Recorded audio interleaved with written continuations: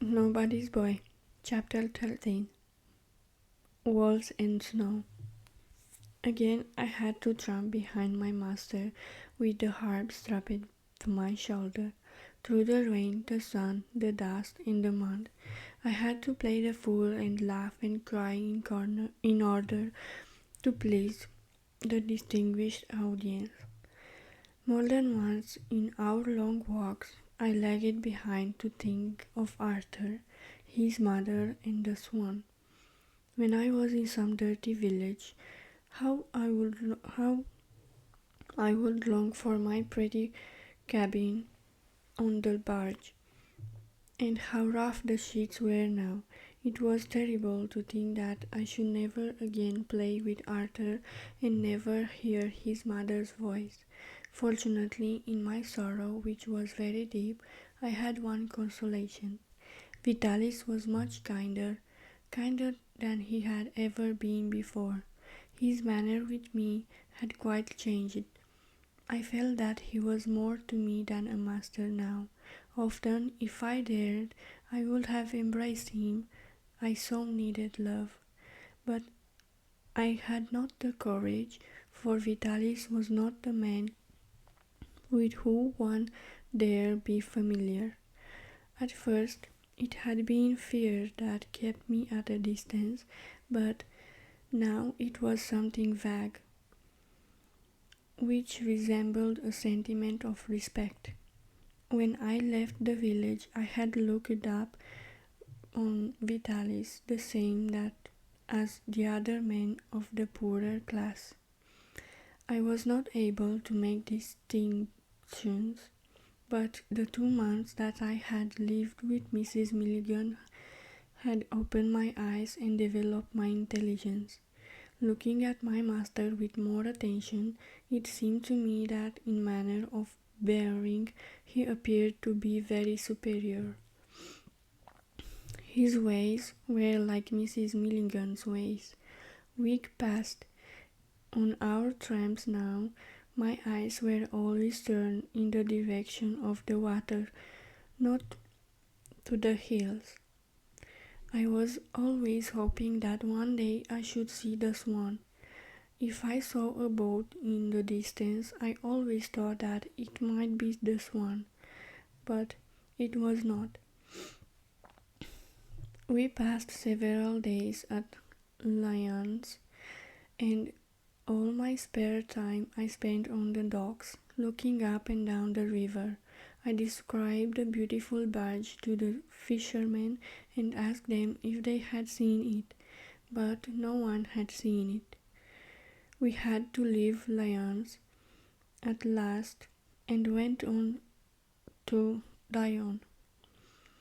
Then I began to give up hope of ever seeing Mrs. Milligan again, for at Lyons I had studied all the maps of France, and I knew that the Swan could not go further up to the river to reach the Loire.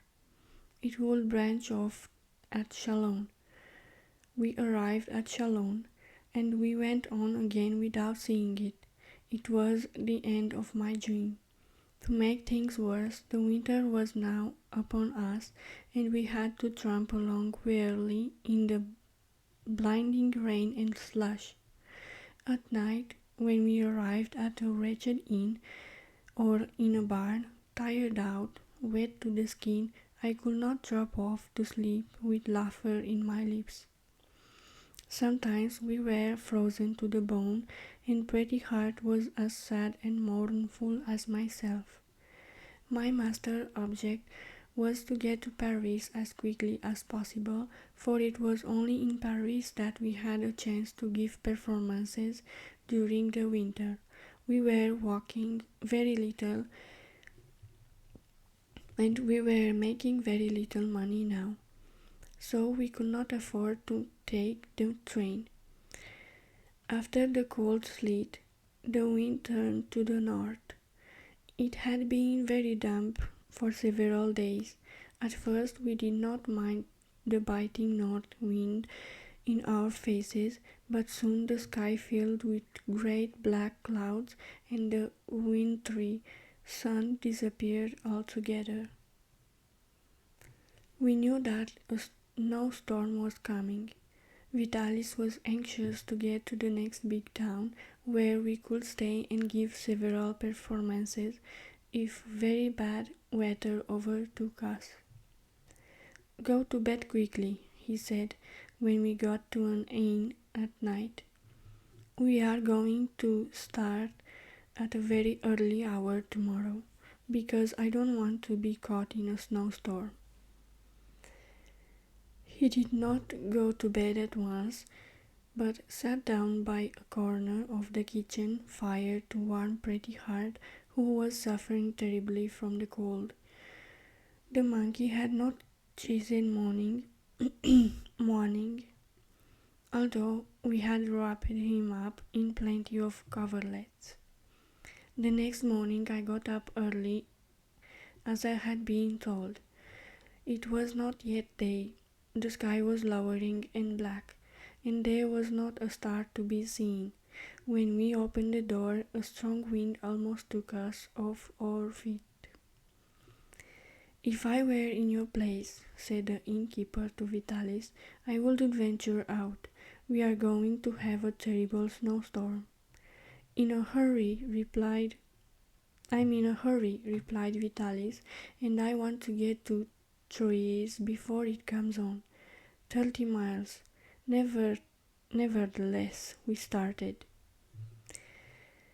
Vitalis held Pretty Heart tight against his body so as to give him some of his own warmth, and the dogs, pleased with the hard, dry roads, raced before us. My master had bought a sheepskin for me at Dijon, and I wrapped myself up in it with the wool inside. It was anything but agreeable when we opened our mouths, so we walked along in silence, hurrying as much to get warm as to get ahead. Although it was long past the hour of daybreak, the sky was still quite black, although to the east a whitish band cut the clouds, yet the sun would not come out. Looking across the country, objects were now becoming more distinct. We could see the trees stripped of their leaves, and the shrubs and bushes with dry foliage rustling and cracking with the heavy gusts of wind. There was no one on the roads,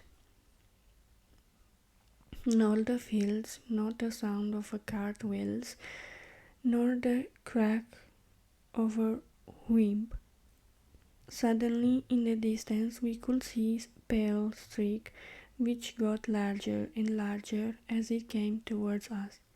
Then we heard a sort of hissing murmur, the strange, harsh cry of the wild geese. The maddened folk flew over our heads. On they went, wildly fleeing from the north towards the south. Before they were out of sight, soft flakes were dropping gently from the skies and floating in the atmosphere. The country through which we tramped was desolate and bleak. The mournful aspect seemed to add to the silence. Only the shrill whistling of the north wind was heard. Snowflakes, like tiny butterflies, fluttered around us, reeling incessantly without touching the ground. We made little headway. It seemed impossible that we could reach Troyes before the storm was fully upon us. But I did not worry. I thought that if the snow fell, it would not be so cold. I did not know what a snowstorm could be. It was not long before I learned, and in a way that I shall never forget. The clouds were gathering from the northwest. The flakes no longer hovered in the air, but fell straight and swift, covering us from head to toe. "We shall have to take shelter in the first house we come to," murmured Vitalis. "We cannot make Troyes." I was pleased to hear him say that, but where could we find shelter? As far the eye could reach, there was not a house to be seen, nor anything to indicate that we were near a village. Before us lay a forest with its dark depths, and on either side of us the hills. The snow came down faster and thicker. We tramped in silence. My master lifted his sheepskin now and again for pretty hard to breathe more easily. From time to time we had to turn our heads to one side so that we also could breathe. The dogs no longer raced ahead, they walked at our heels, asking for the shelter that we were unable to give them. We went slowly and painfully on, blinded, wet, and frozen, and although we were now in the heart of the forest, the road through it was exposed to the full wind. Several times I saw my master glance to the left, and thought he were looking for something, but he said nothing. What did he hope to find?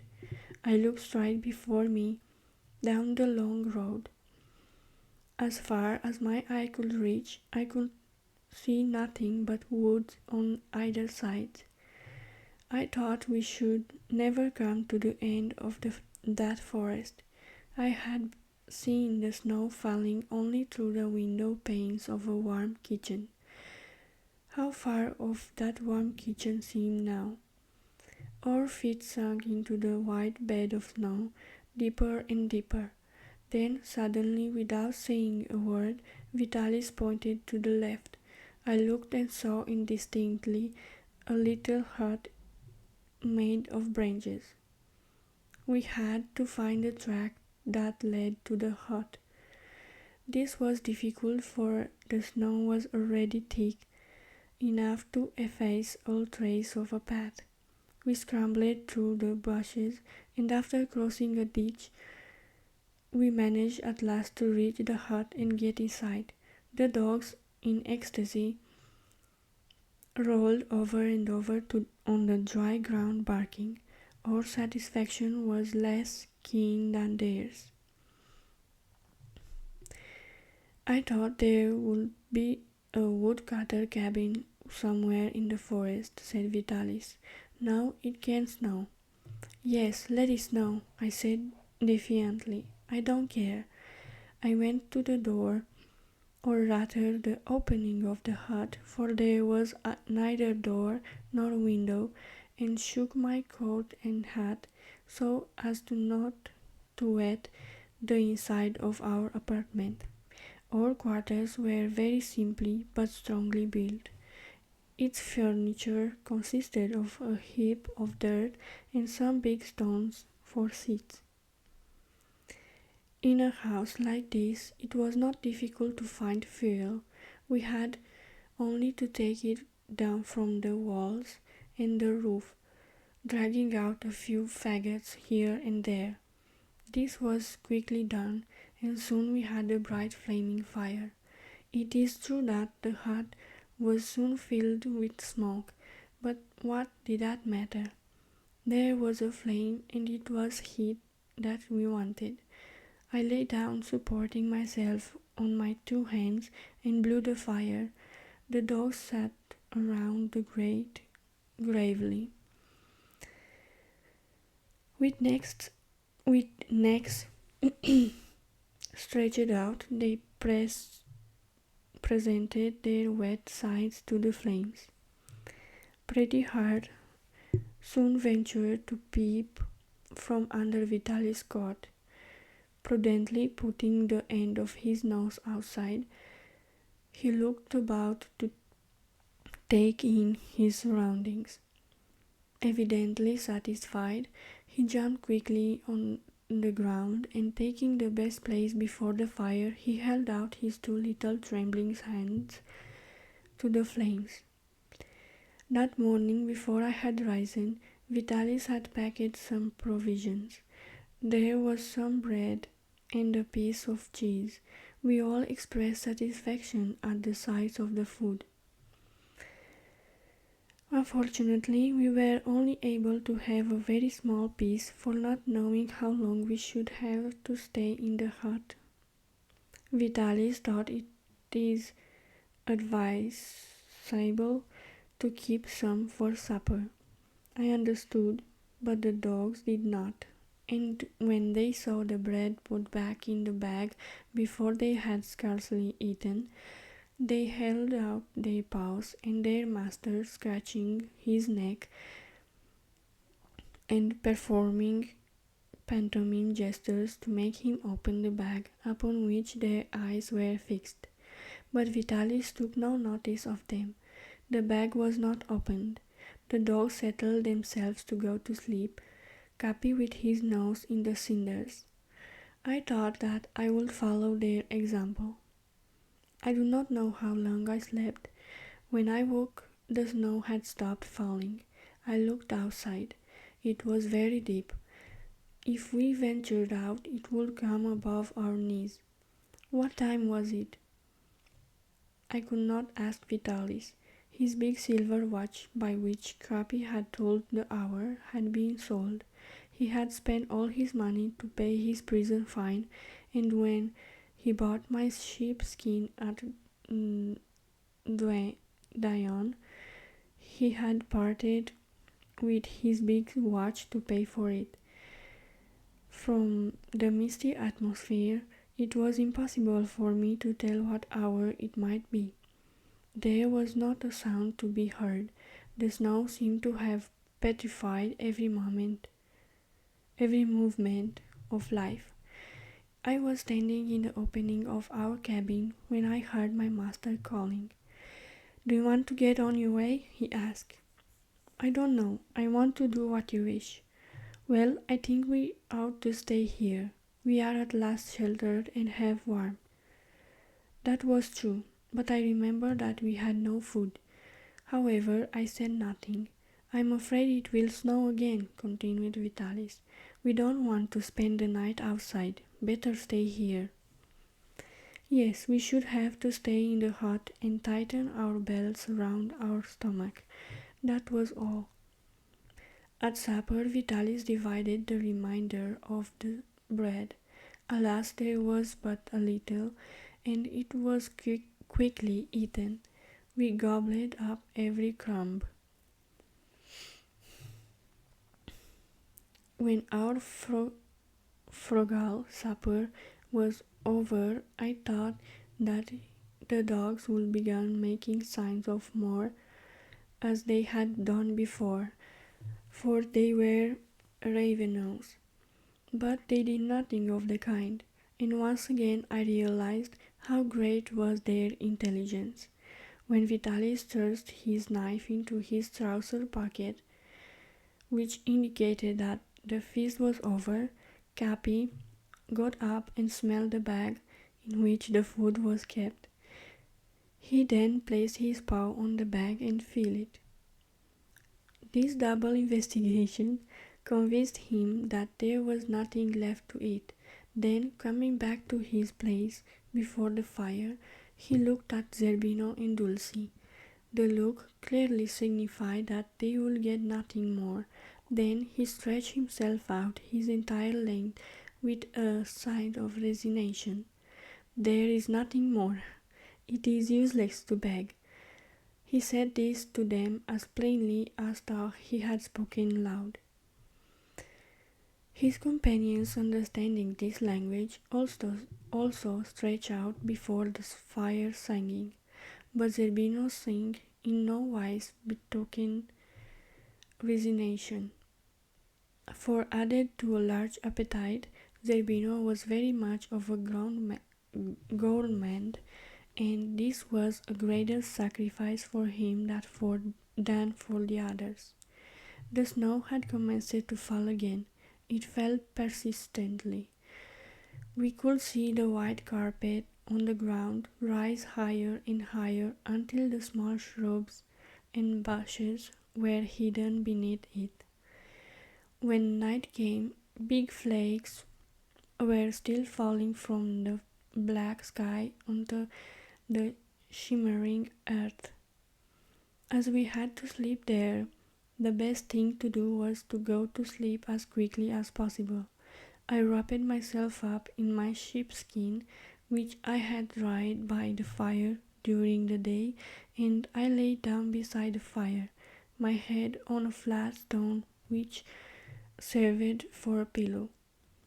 "You go to sleep," said Vitalis. "I'll wake you when it's my turn, for although we have nothing to fear from animals or people in this cabin, one of us must keep awake to see that the fire does not go out. We must be careful not to get cold, for it will be bitter when the snow stops." I slept. In the small hours of the night, my master woke me. The fire was still burning, and the snow had stopped falling. "It's my turn to sleep now," said Vitalis. "As the fire goes down, you throw on this wood that I've got already here." He had piled up a heap of small wood by the grate. My master, who slept much lighter than I, did not wish me to wake him by pulling down the wood from the walls each time I needed. So, from this heap that he had prepared, I could take the wood and throw on the fire without making a noise. It was a wise thing to do, but alas, Vitalis did not know what the result would be. He stretched out now before the fire with Pretty Heart in his coverlet cuddled up against him, and soon from his deep breathing I knew that he had fallen asleep. Then I got up softly and went to the opening to see how it looked outside. All the grass, the bushes, and the trees were buried in snow. Everywhere the eye rested was dazzling white. The sky was dotted with twinkling stars, but although they were so bright, it was the snow which shed the pale light over the earth. It was much colder now. It was freezing hard. Oh, what should we have done in the depths of the forest, in the snow and the cold, if we had not found this shelter? Although I had walked on tiptoe to the opening without scarcely making a sound, I had roused the dogs, and Zerbino had followed me. The splendor of the night was nothing to him. He looked on the scene for a moment, and then became bored and wanted to go outside. I ordered him to return to his place.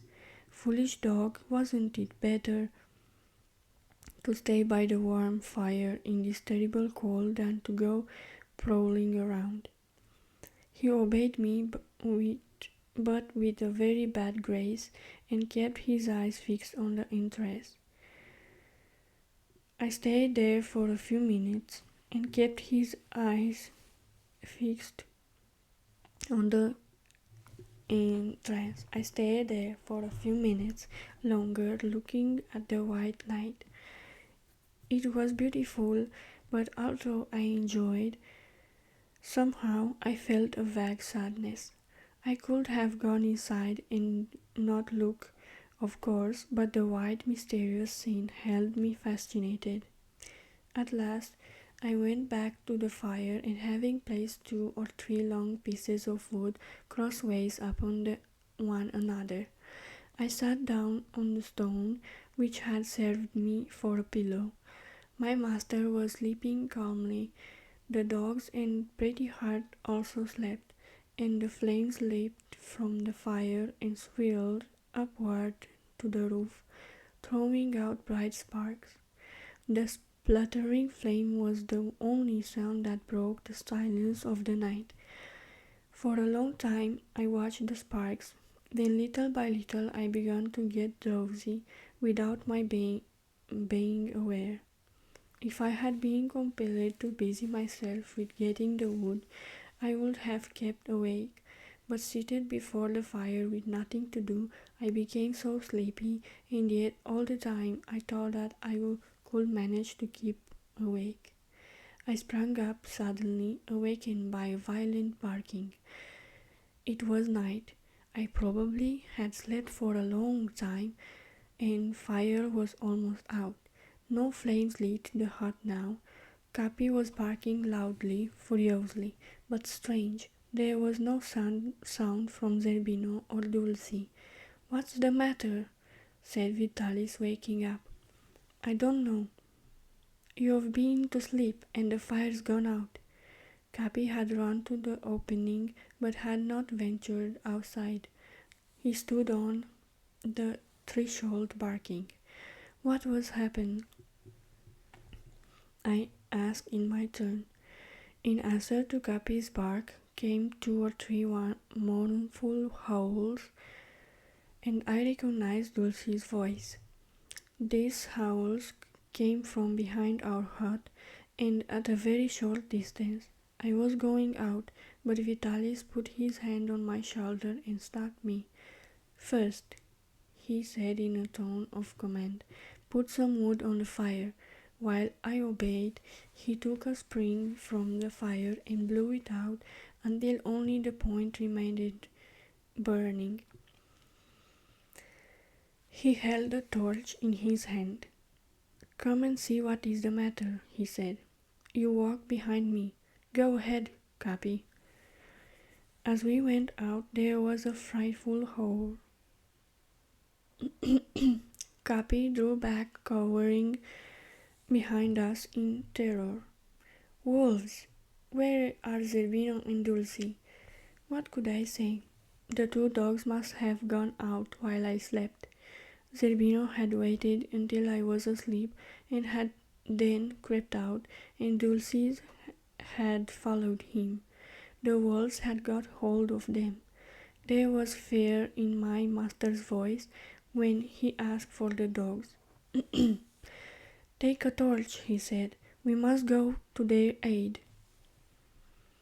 In our village, I had heard them tell terrible stories of wolves, yet I could not hesitate.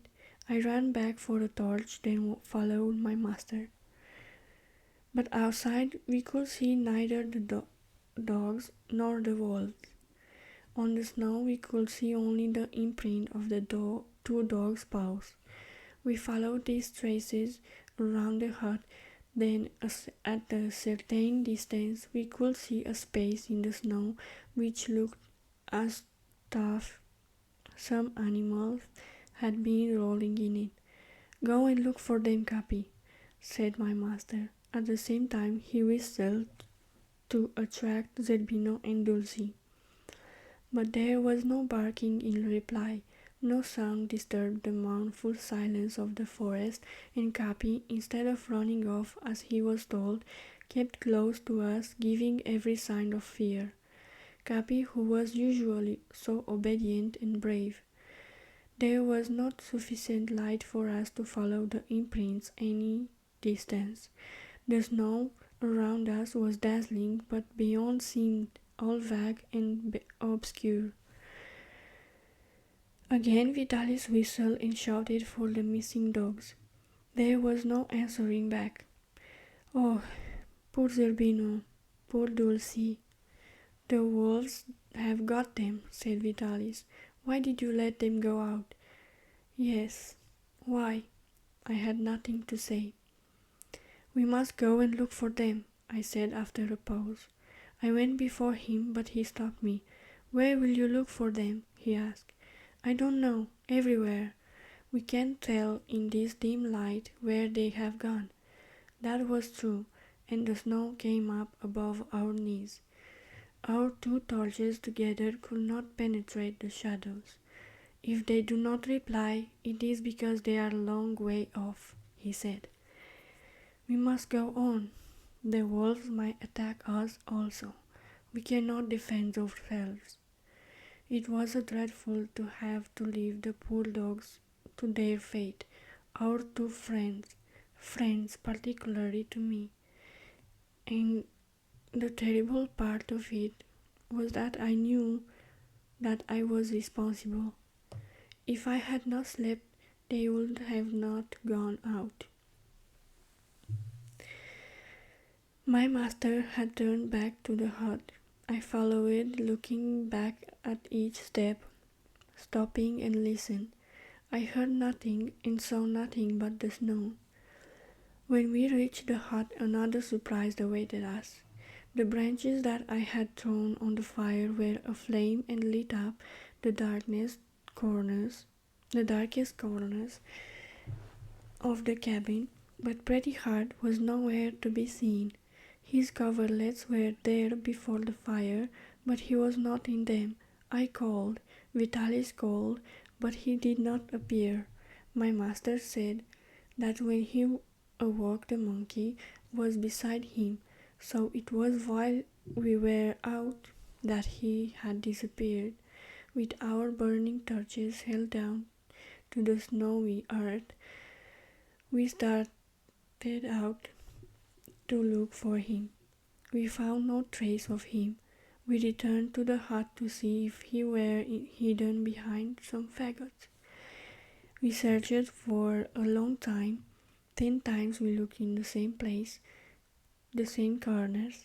I climbed up on Vitalis' shoulders to look amongst the branches of which the roof was made. We called again and again, but there was no answer. Vitalis seemed angry. I was in despair. I asked my master if he thought that the wolves could have taken him also. No, he said, the wolves would not dare to come into the hut. I am afraid they got Zerbino and Dulcie when they went out, but they did not came in here. It is quite likely that Pretty Heart was terrified and had hidden himself somewhere while we were outside. That is why I am so anxious. In this terrible weather he will catch cold, and cold is fatal to him. Well, let us keep on looking. We went over on the ground again, but all in vain. We must wait till day, said Vitalis. When will it be day? In 2 or 3 hours, I think. Vitalis sat down before the fire with his head in his hands. I did not dare to disturb him. I stood quite close to him, only moving occasionally to put some branches on fire. Once or twice he got up and went to the door. He looked at the sky, listened attentively, then came back and sat down. I would rather prefer that he had been angry with me than that he should be so silent and sad. The 3 hours passed slowly. It seemed that the night would never end. The stars were fading from the heavens, the sky was getting lighter, day was breaking, but as morning came the cold grew more intense. The air which came through the door froze us to the bone. If we did find Pretty Heart, would he be alive? The snow had quite stopped falling now, and there was a pinkish light in the sky which foretold fine weather. As soon as I was quite light, Vitalis and I, armed with a stone stick, and left the hut. Capi did not appear so terrified as he had been the night before. With his eyes fixed on his master, he only waited for a sign for him to rush forward. As we were examining the ground for Pretty Heart footprints, Capi threw back his head and began to bark joyfully. He signified that we must look up, not on the ground. In the great walk standing by the hut, we found him. Poor Pretty Heart, frightened by the howling of the dogs and the wolves. He had jumped onto the roof of the cabin when we had gone out, and from there he had climbed to the top of an oak, where, feeling that he was in a safe place, he had remained crouching without replying to our calls. The poor little fragile creature, he must be frozen. My master called him gently. He did not move, We thought that he was already dead. For several minutes Vitalis continued to call him, but the monkey gave no sign of life. My heart ached with remorse. How severely I was being punished. I must atone. "I will go up and get him," I said. "You'll break your neck." "No, there's no danger. I can do it easily." That was not true. There was danger. It was very difficult, for the large tree was covered with ice and snow. When I was quite small, I had learned to climb trees, and I was quite an adept in his art. I jumped and caught hold of the lowest branches. I held on to these, and although blinded by the snow that fell in my eyes, I managed to climb up the trunk to the stronger branches. Once up there, I had only to be careful not to lose my footing. As I climbed, I spoke softly to Pretty Heart. He did not move, but looked at me with shining eyes. I had almost reached him, and was about to stretch out my hand, when with a spring he had jumped to another branch. I followed him to his branch, but man, alas, and even young girls are very inferior to monkeys when it comes to climbing trees. It is quite possible that I should never have caught him if the snow had not wet his feet. He did not like this, and soon got tired of dodging me. Then, letting himself drop from branch to branch, he jumped straight onto his master's shoulders and hid himself inside his coat. It was a great thing to have found Pretty Heart, but that was not all. Now we had to look for the dogs.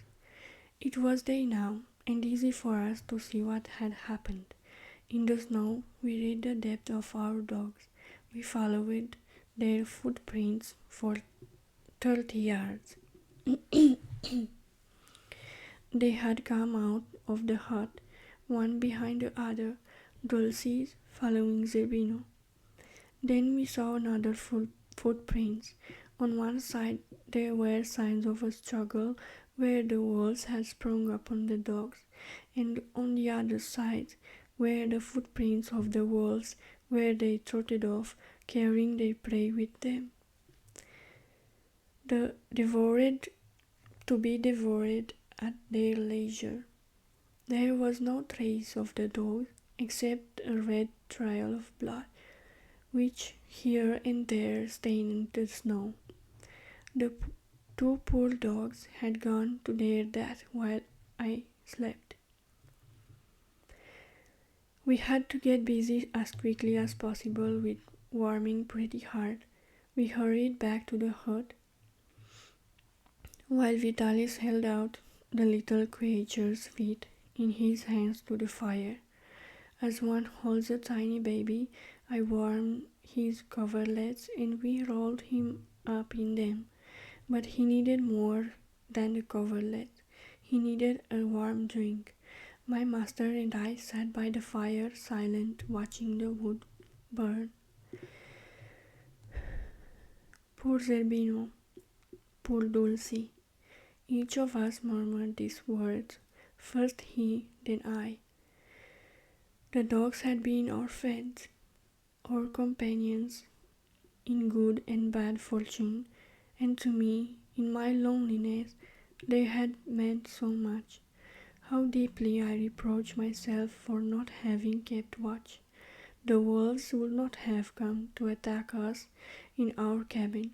They would have stayed in the distance, frightened by the fire. If only Vitalis would have scolded me. I wish that he would beat me. But he said nothing. He did not even look at me. He sat with his head bent over the fire, probably wondering what would have become of us without the dogs.